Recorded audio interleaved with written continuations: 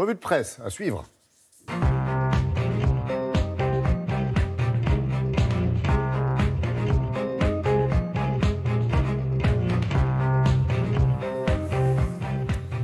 Très ciblé les journaux ce matin. Ça sent la rentrée politique. Ouais. Vous trouverez, voilà, c'est parti même. Vous trouverez dans plusieurs journaux, par exemple ici Libération et Le Parisien aujourd'hui en France, la polémique autour de Françoise Nyssen, la ministre de la Culture soupçonnée, vous le savez, d'avoir fait réaliser des travaux d'agrandissement sans autorisation ni déclaration fiscale dans l'immeuble parisien classé qui abrite sa maison d'édition. Bon, même si cette affaire remonte à 1997 et 2012, l'ennui, c'est que la ministre est soupçonnée du même genre de choses au siège non pas parisien mais arlésien de son ancienne entreprise et que donc les affaires s'accumulent.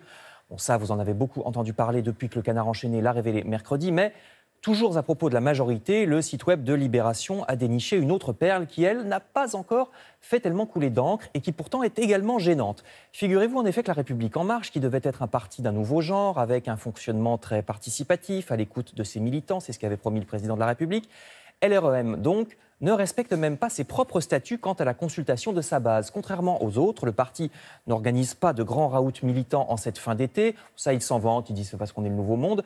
Mais en plus, il est censé, selon son propre règlement, réunir au moins 2 fois par an le Conseil national, le Parlement du parti, qui réunit les élus et une sélection d'adhérents tirés au sort.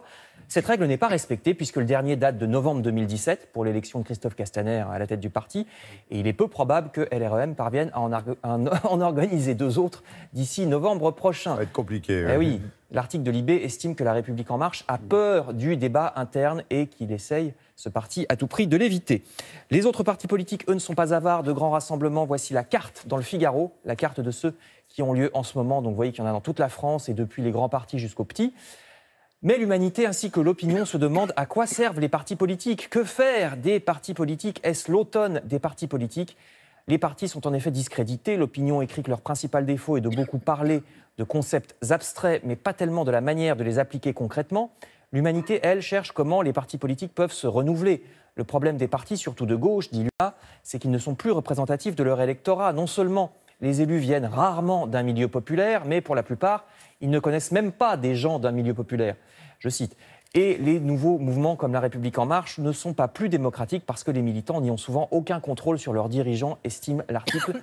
Le seul moment intéressant, ce sont les primaires pour choisir un candidat, mais généralement, il n'y a pas besoin d'être adhérent pour voter à des primaires. Donc pourquoi militer ? C'est ainsi que l'humanité résume le problème. À ce propos, il est intéressant de noter que Jean-Luc Mélenchon lui-même semble être contraint d'évoluer de plusieurs façons. D'abord, il veut dialoguer avec tous les adversaires d'Emmanuel Macron. Il a invité même des députés LR au rassemblement de la France Insoumise en ce moment à Marseille. Imaginez un peu le choc des cultures. Et puis Jean-Luc Mélenchon évolue aussi dans son discours vis-à-vis de l'immigration. Note le journal L'Opinion, le leader de la France Insoumise commencerait à prendre en compte, je cite, l'hostilité de l'électorat envers l'immigration. La gauche allemande est d'ailleurs en train de faire à peu près la même chose. Je vous renvoie à cet article. Enfin, je termine avec une info qui nous rappelle hélas qu'il y a des pays dont certains habitants ont de bonnes raisons de vouloir émigrer, y compris des pays amis de la France.